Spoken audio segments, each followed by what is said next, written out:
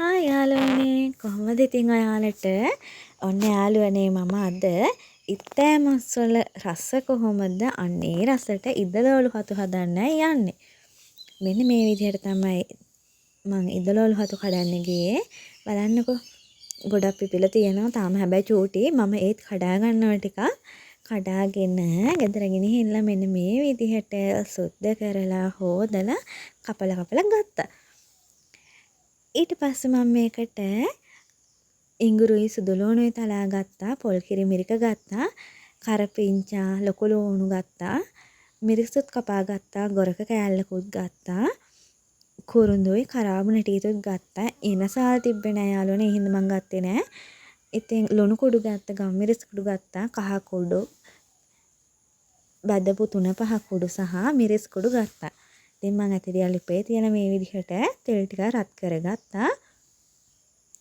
ඒකට මම මේ විදිහට දාගත්තා ඉඟුරු සුදු ලූණු ටික. දැන් මේක චුට්ටක් කර වෙද්දී මම ලොකු ලූණු ටික දාගත්තා. කරපිංච ටිකත් මේ විදිහට දාගත්තා.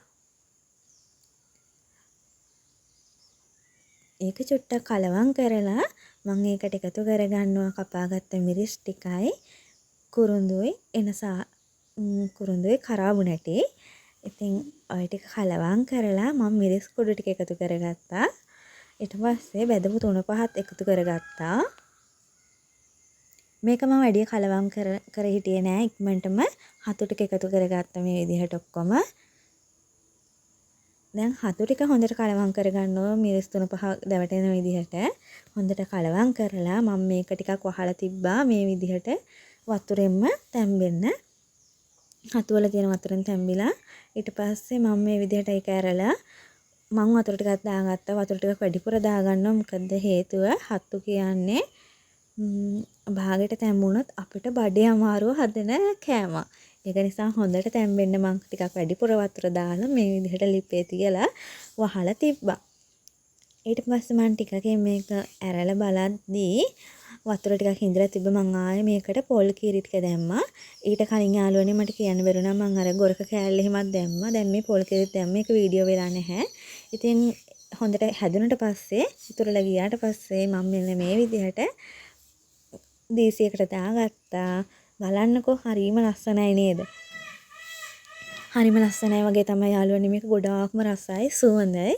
ඉතින් ඔයාලා අස්සන්න පොත කියවලා තියෙනවා නම් ඒ අස්සන්න පොතේ තියෙනවා ඉදලෝලු හතු කියන්නේ ඉත්තෑ මස් වලටත් වඩා රස කෑමක් කියලා. ඉතින් මම ඉත්තෑ මස් වල රස කොහොමද කියලා දන්නේ නැහැ. ඒත් මං හිතනවා මෙන්න මේ රස ඒ රසයි එකක් වෙන්න ඇති කියලා. පුදුම රසයි මේක. මේ දෙක විතර මේකයි බතුයි විතරක් කන්න පුළුවන් දෙක. ඉතින් මම මේ විදිහට හදලා ඉවරයි දැන් යාළුවනේ ඔයාලා එහෙනම් මාව subscribe කරන්න YouTube එක මගේ Facebook එක follow කරන්න TikTok එකත් follow කරන්න ඔයාලගේ අදහස් මට අනිවාර්යයෙන්ම comment කරන්න like කරන්න මගේ වීඩියෝ එක share කරන්න අනිවාර්යයෙන්ම යාළුවනේ ඔයාලා ඉදලෝලු හතු හදන විදිහ මීට වඩා වෙනස් නම් ඒකත් මට කියලා දෙන්න මං ගිහින් එන්නම්